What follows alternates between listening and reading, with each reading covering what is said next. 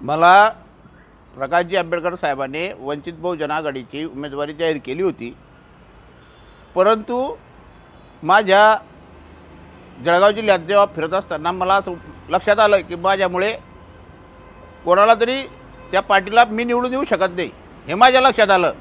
मग जर मी निवडून येऊ शकत नाही तर माझा सगळ्यात मेन हेतू याला संपवायचा का त्याला संपवायचा हा आहेच नाही। मला निवडून येण्याची शाश्वती होती। मला थोडं वाटलं, पण जेव्हा आम्ही 2-4 दिवस झाले या शहरात फिरलो किंवा तालुक्यात फिरलो तेव्हा मला असं लक्षात आलं की आपण निवडून येऊ शकत नाही।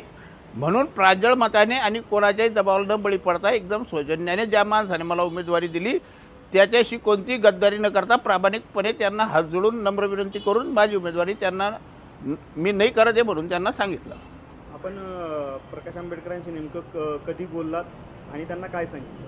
मी आंबेडकर साहेबांशी आज सकाळीच बोललो की बुवा मला आपण उमेदवारी दिली आहे त्याबद्दल मी आपला फार ऋणी आहे आणि मी आंबेडकरी जनता जी त्यांनी मला एवढी साथ दिली आहे 2-3 दिवसात आणि कोणतंही आमिष न बघता त्यांचे जिल्हाध्यक्ष रावेरचे असो अमिना पटेल, जळगावचे जिल्हाध्यक्ष होते त्यांची पूर्ण शहर अध्यक्ष बाकीचे पदाधिकारी आहे वंचित बहुजन आघाडी सर्व लोक होते माझ्याबरोबर, परंतु मानावं लागेल ती संघटना की कोणीही मला 1 रुपयाचा किंवा कोणताच त्रास न देता माझ्याबरोबर खांद्याला खांदे लावून ते उभे होते।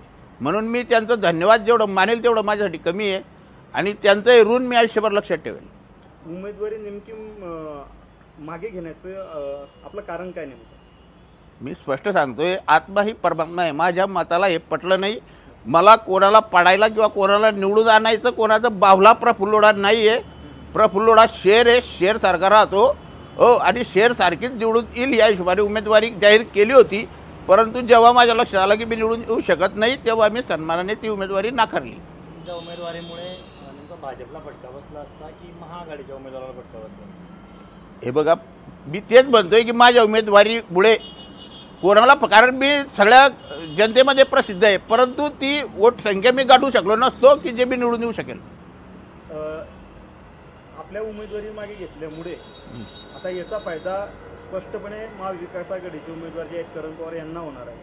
तर मग जसा सुरुवातीला आपल्यावर आरोप झाला की वंचित म्हणजे भाजपची बी टीम, तसं आता आपण माघार घेतल्यामुळे आपण करण पवारांचे समर्थक किंवा करण पवारांनी आपल्याला मॅनेज केलं असा एक आरोप होऊ शकतो, काय सांगा? मी काय म्हणतो, राजकीय जीवनामध्ये राजकारणात असेल तर आरोप प्रत्यारोप हे होतच असतात। सगळ्यात पहिले आपल्या बनाला विचारायचं आत्मा ही परमात्मा आहे, आपलं बन काय म्हणतं। मी माझ्या मताने सांगतो, मी कोणत्याही पार्टी कोणत्याही नेत्याला मी मॅनेज होणारा माणूस नाही आहे। लागलं तर पुढारी मी मॅनेज करणारा माणूस आहे, मला कोणाला मॅनेज होण्याची गरज नाही आहे। मला हे पटलं की मी निवडून येऊ शकत नाही म्हणून माझी उमेदवारी फक्त मी मागे घेतोय। महाआघाडीनंतर आपलं समर्थन आता स्मिता वाघांना असेल की करण पवारांना? मी सध्या तर कोणत्याच पार्टीत नाही आहे, परंतु मला वंचितने उमेदवारी दिली, जर वंचितचा उमेदवार उभा राहिला तर मी त्यांना सहकार्य करेल। करण पवार किंवा स्मिता दोघांपैकी आपण कोणाची समर्थन देणार?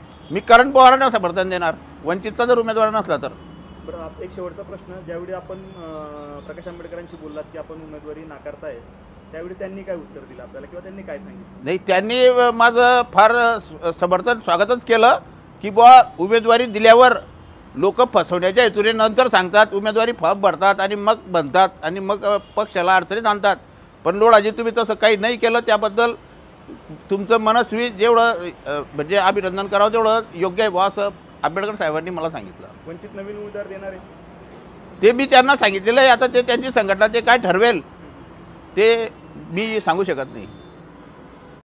गांधी तीर्थ, निसर्गाच्या सानिध्यात महात्मा गांधींच्या जीवनावरील जगातील पहिले मल्टीमीडिया म्युझियम। आजच भेट द्या गांधी तीर्थ, जैन हिल्स, जळगाव।